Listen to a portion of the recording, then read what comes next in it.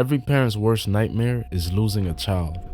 But what happens when you lose your child to a monster, and the system promises justice, but never delivers it?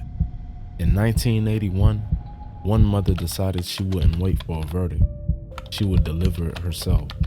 This is the story of Marianne Bachmeier, the vigilante mom who changed how the world saw justice forever.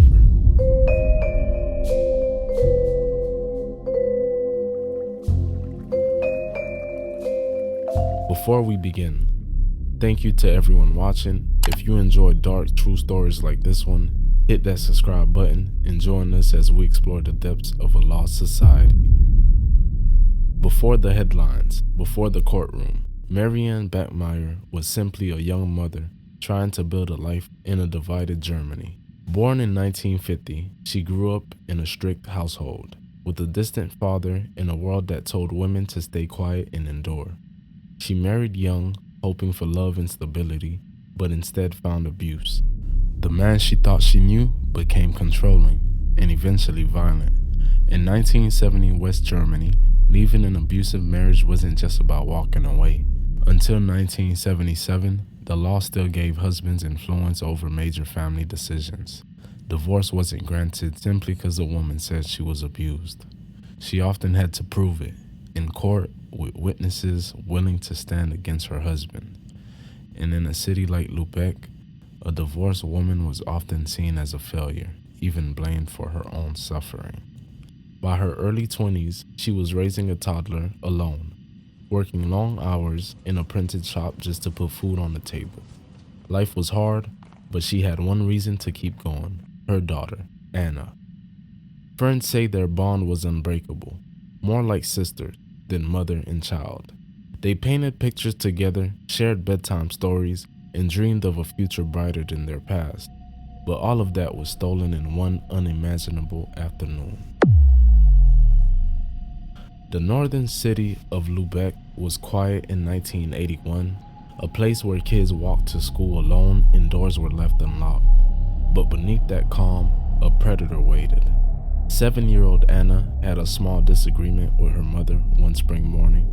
She wanted to skip school, believing she had her day figured out.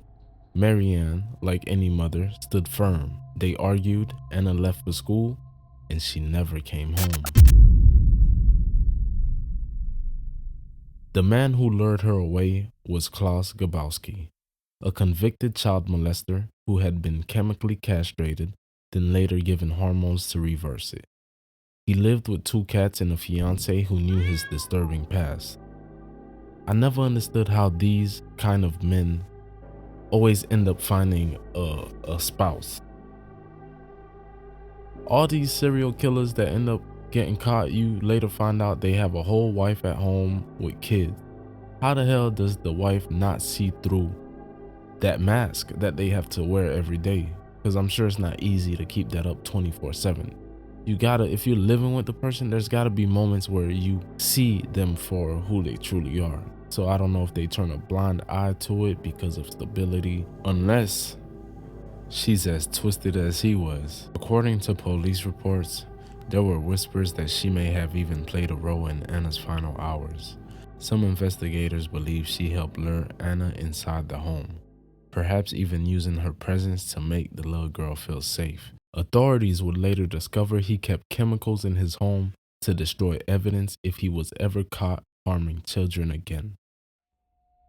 He should have never been free, but he was. Grabowski promised Anna kittens. Hours later, her body was found. A bright, curious little girl discarded like she didn't matter. A life destroyed and a mother's world shattered forever. Anna's murder wasn't just a tragedy, it was a warning that went unheard. In early 1980 West Germany, laws for violent offenders were weak. Psychiatric treatment was controversial, and children's safety was often an afterthought. Marianne fought through her grief, forced to sit in court a year later as Grabowski stood trial. She listened to every gruesome detail about her daughter's final moments. Witnesses said he seemed confident he'd eventually walk free. For Marianne, it was unbearable. The system that freed a monster now expected her to wait months for a verdict, maybe even a second chance for the man who stole everything from her. March 6, 1981. The third day of trial, Marianne entered the courtroom just like before, but this time she carried a small pistol in her handbag. As witnesses spoke, she stood, she pulled out the gun and fired 7 shots at Klaus Grabowski. 6 found their mark. He died instantly, never to harm another child again.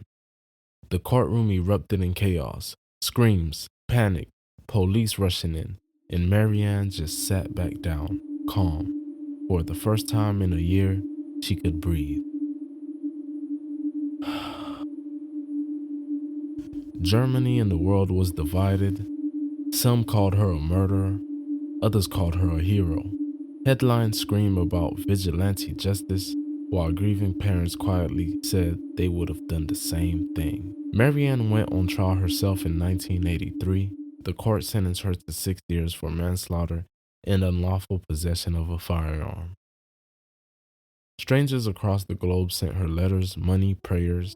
They didn't see a criminal. They saw a mother abandoned by a broken system. After prison, Marianne tried to rebuild her life, but the world never let her forget. She gave interviews, wrote a book, and admitted years later that she regretted taking a gun into the courtroom. Yet in the same breath, she said she couldn't promise she wouldn't do it again if it meant protecting Anna. Marianne Bachmeier passed away from cancer in 1996 at just 46 years old. She never truly found peace. Maybe no parent could, not after what she went through. This story leaves a question hanging in the air, a question no courtroom verdict can ever answer.